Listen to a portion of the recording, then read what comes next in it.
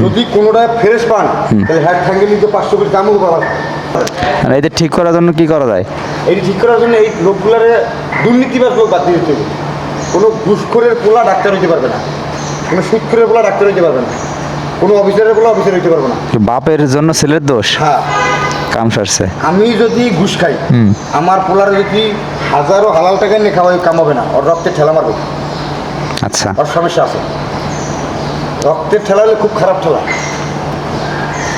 বলতে কি বোঝে না, কত ভালো মানুষের পোলা তো খারাপ হয়, এটা কি হবে? বহুত ভালো না, আইডিয়া হবে না। আমের বংশ পরিচয় যদি সব পারফেক্ট থাকে, আমি খারাপের ভিতর থেকে বাইরেও তারপর আসতে পারবেন, ঢুকছেন তারপর বাইরে যেতে পারবেন। কেন আপনার বংশের ভিতরে নাই, আমি ওটা দেখছেন আমার মাথার ভিতরে ঢুকে গেছে, এইটা খারাপ কাম, এখানে মারে বা ফেলাডি। আর যার ভিতরে আসে সে ভালো হাজার থাকুক, হ্যাঁ খালি মনের ভিতরে চুলকে আমার লাগবো, আরও দরকার আসে না কেন, এই তখন সে খুশি গুছাই দেবে।